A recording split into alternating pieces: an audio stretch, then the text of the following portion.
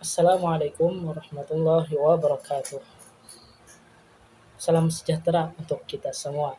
Perkenalkan, nama saya Reda Ansyari dan bersama dengan tim saya yaitu Mustaqim, Dimas Aringga, dan Nurul Latifah.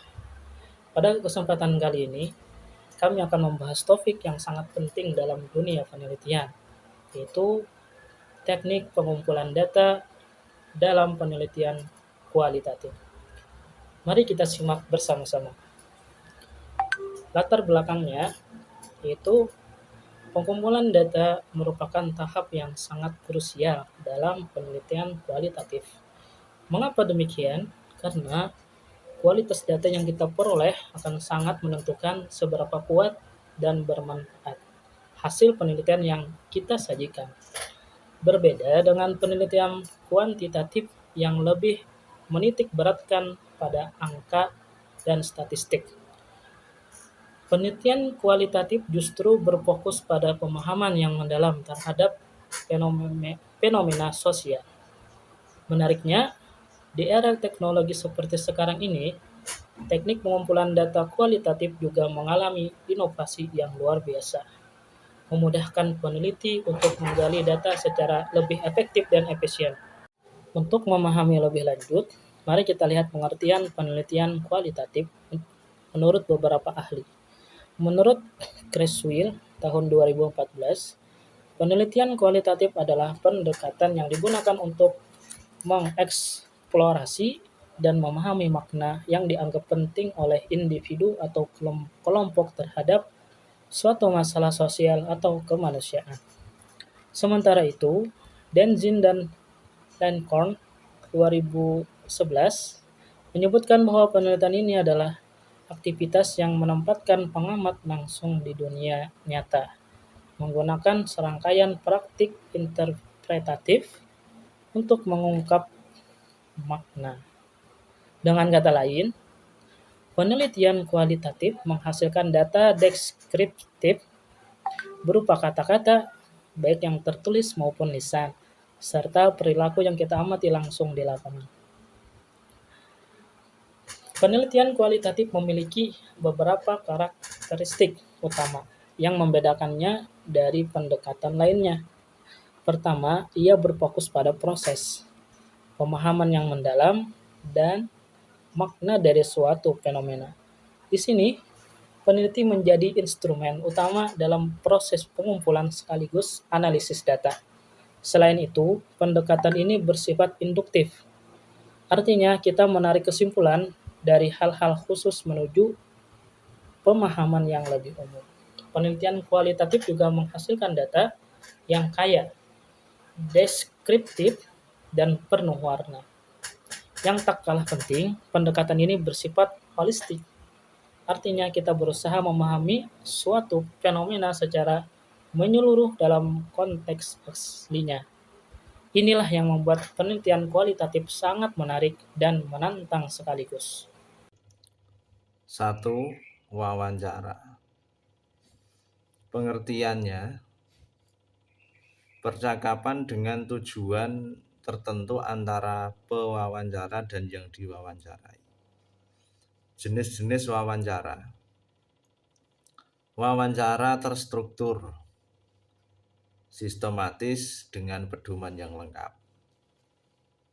Wawancara semi terstruktur, yaitu lebih bebas untuk temuan yang lebih terbuka. Wawancara tidak terstruktur, yaitu bebas tanpa pedoman sistematis.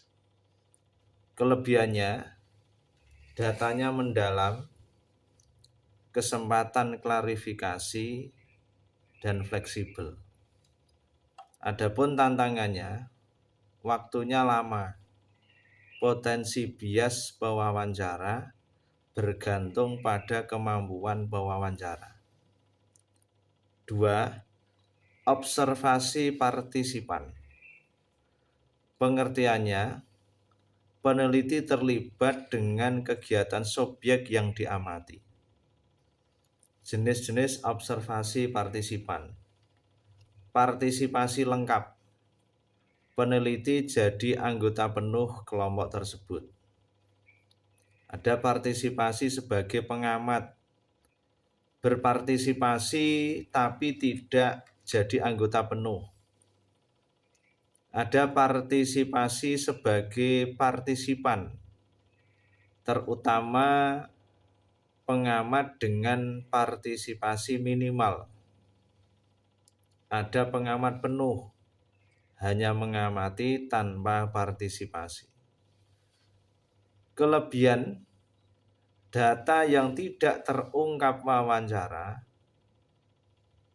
pemahaman kontekstual, wawasan perilaku nonverbal. Tantangannya mempengaruhi perilaku atau reaktivitas, waktunya lama, masalah etis terkait dengan privasi. 3. Studi dokumentasi. Pengertian, pelengkap observasi dan wawancara, memanfaatkan dokumen sebagai sumber data. Jenis-jenis dokumen. Ada dokumen pribadi seperti catatan harian, autobiografi, surat pribadi. Ada dokumen resmi, ada memo, pengumuman, majalah, buletin. Ada dokumen visual seperti foto, video, ataupun film. Ada dokumen online seperti blog, media sosial, website. Kelebihan, akses fleksibel, tidak reaktif, bukti historis. Tantangannya, kredibilitas bervariasi, mungkin tidak lengkap, bias perspektif. 4. Focus group discussion. Pengertian, diskusi kelompok yang terarah dengan 6-12 partisipan dipandu seorang moderator. Komponen penting yaitu seorang moderator, partisipan, diskusi, dan dokumentasi. Kelebihannya, efisien untuk banyak partisipan, memunculkan ide-ide dari interaksi, efisien waktu dan biaya. Tantangannya, didominasi partisipan tertentu, tidak cocok untuk topik sensitif, dan butuh moderator yang terampil. Catatan lapangan yang nomor 5.